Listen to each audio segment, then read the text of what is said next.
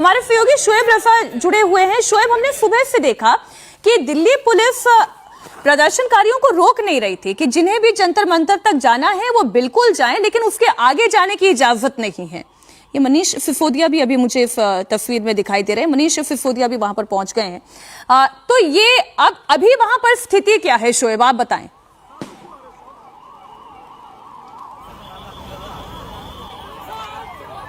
बिल्कुल, देखिए मीनाक्षी, मैं इस वक्त कर्तव्य पथ पर मौजूद हूँ। जंतर मंतर पर हमने देखा कि वहाँ प्रदर्शन हो रहा है, लेकिन भीड़ इतनी ज्यादा है कि जंतर मंतर पर बहुत ज्यादा जब भीड़ बढ़ी तो बैरिकेड लगाकर भीड़ को एक जगह रोक दिया गया। दोनों तरफ से उनको एक जगह रोक दिया गया। तो भीड़ जब बाहर बढ़ती चली गई तो कुछ भीड़ रेल भवन के बाहर और कुछ भीड़ प्रेस क्लब के जो इलाका है उस तरफ इकट्ठा हो गई, यानी कि संसद भवन से मात्र चंद कदम दूरी पर। और मैं जहां पर मौजूद जो रेल भवन से कुछ ही दूरी पर जो ये कर्तव्य पथ है, पुलिस ने रेल भवन से अभी प्रदर्शनकारियों को पीछे खदेड़ा। अब आगे की तरफ जा रही है और प्रदर्शनकारी आगे की तरफ बढ़ते हुए जा रहे हैं, कर्तव्य पथ से भी पीछे की तरफ। तो एक तरफ प्रदर्शन कर्तव्य पथ पर इस वक्त यहाँ पर इकट्ठा है लोग, दूसरी तरफ जो यूथ कांग्रेस और प्रेस क्लब का इलाका है, बिल्कुल जो नया संसद भवन है, जो गोल चक्कर है प्रेस क्लब के पास, वहां तक बस लगाकर पुलिस ने प्रदर्शनकारियों को रोका हुआ है।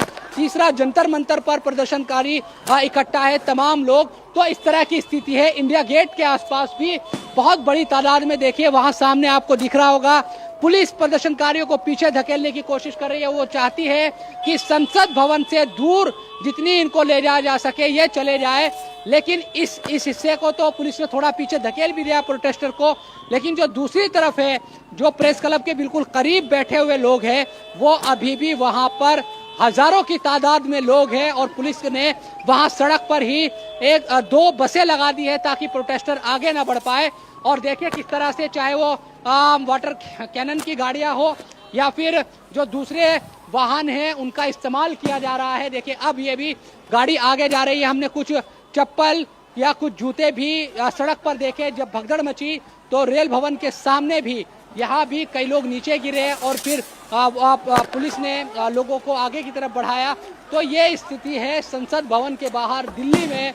सुबह से लगातार हजारों की तादाद में यहाँ पर लोग जुटे हुए हैं और लोग ये पुलिस ये कोशिश कर रही है कि किसी तरह ऐसा ना हो कि तीनों तरफ से, क्योंकि 3 रास्ते हैं, हालांकि विजय चौक की तरफ से तो बहुत सख्त इंतजाम रहते हैं, वहां से तो नहीं आ सकता कोई, लेकिन चाहे रेल भवन का रास्ता हो या फिर जंतर मंतर से जो आता है रास्ता संसद भवन की तरफ, पार्लियामेंट स्ट्रीट, उस तरफ की बात हो, या फिर देखिए आंसू गैस छोड़ा जा रहा है, वहां पर आपको धुआं भी दिखाई देगा। आंसू गैस का इस्तेमाल वहां अभी भी किया जा रहा है।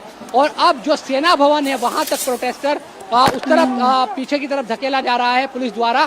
तो ये लगातार यहाँ इस तरह की स्थिति सेंट्रल दिल्ली में बनी हुई है। 3 तरफ से संसद पर 3 तरफ से प्रोटेस्टर वहां पर है। देखिए धुआं वहां पर, अगर कैमरा दिखा पाए, वहां पर बहुत ज्यादा धुआं है। और इस तरह की स्थिति इस वक्त अभी इंडिया गेट के आसपास या कर्तव्य भवन पर बनी हुई है। कुल मिलाकर सुबह से ही हम देख रहे हैं कि कई बार पुलिस ये कोशिश करती है प्रोटेस्टर को रोकने की, लेकिन जब वो नहीं रुकते तो हल्का लाठीचार्ज भी किया जाता है। आंसू गैस का भी इस्तेमाल लगातार किया जा रहा है। और दिल्ली में बहुत दिनों बाद हमने इस तरह का प्रदर्शन देखा कि इतनी ज्यादा भीड़ इकट्ठी यहाँ पर हो गई और इतनी बड़ी तादाद में लोगों को संभालने के लिए पुलिस को भी कड़ी जो मशक्कत है उसका सामना करना पड़ रहा है। तो ये उस इलाके की स्थिति है जहाँ संसद भवन है, राष्ट्रपति भवन, पीएमओ भी ज्यादा दूर नहीं है यहाँ से। यहाँ तक प्रदर्शनकारी पहुंचे हुए हैं, इनको पीछे खदेड़ा जा रहा है। एक हिस्से को पीछे जरूर प्रोटेस्टर को खदेड़ दिया गया जो रेल भवन की तरफ थे, लेकिन जो दूसरी तरफ है वो अभी भी जमे हुए हैं और वहां वो लगातार प्रदर्शन कर रहे हैं। जंतर मंतर पर भी पैक कर दिया गया, लेकिन जो राजेंद्र प्रसाद रोड है जो संसद भवन की तरफ आता है, शास्त्री भवन के पास का जो इलाका है, वहाँ बहुत बड़ी तादाद में अभी भी प्रदर्शनकारी जमा है। उनको कैसे पीछे धकेला जाए, वहाँ वाटर कैनन का इस्तेमाल हुआ, आंसू गैस का लगातार इस्तेमाल वहाँ पर किया गया। तो अभी भी पुलिस एक रणनीति बनाकर ये कोशिश कर रही है कि इनको पीछे धकेला जाए ताकि ये आगे ना बढ़ सके। आप बता रहे हैं, मैं दोबारा आपके पास आऊंगी, लेकिन ये लाइव तस्वीरें जो आ रही है, बहुत बड़ी संख्या में छात्र है, वो आगे बढ़ना चाहते हैं और ह्यूमन चेन बनाकर इस वक्त पुलिस उन्हें रोक रही है। शील्ड बनाकर अब धीरे धीरे धीरे उन्हें पीछे खदेड़ने की कोशिश कर रही है, लेकिन प्रदर्शनकारी आगे बढ़ना चाहते हैं। और अभी जो हिस्सा आपने देखा जहां से शोएब रजा रिपोर्टिंग कर रहे थे कर्तव्य पथ से, वहां पर भी प्रदर्शनकारी बड़ी संख्या में आ चुके हैं, इसलिए वहां पर उन्हें भी काबू करने के लिए आंसू गैस के गोलों का इस्तेमाल करना पड़ रहा है, टीयर गैस का इस्तेमाल करना पड़ रहा है।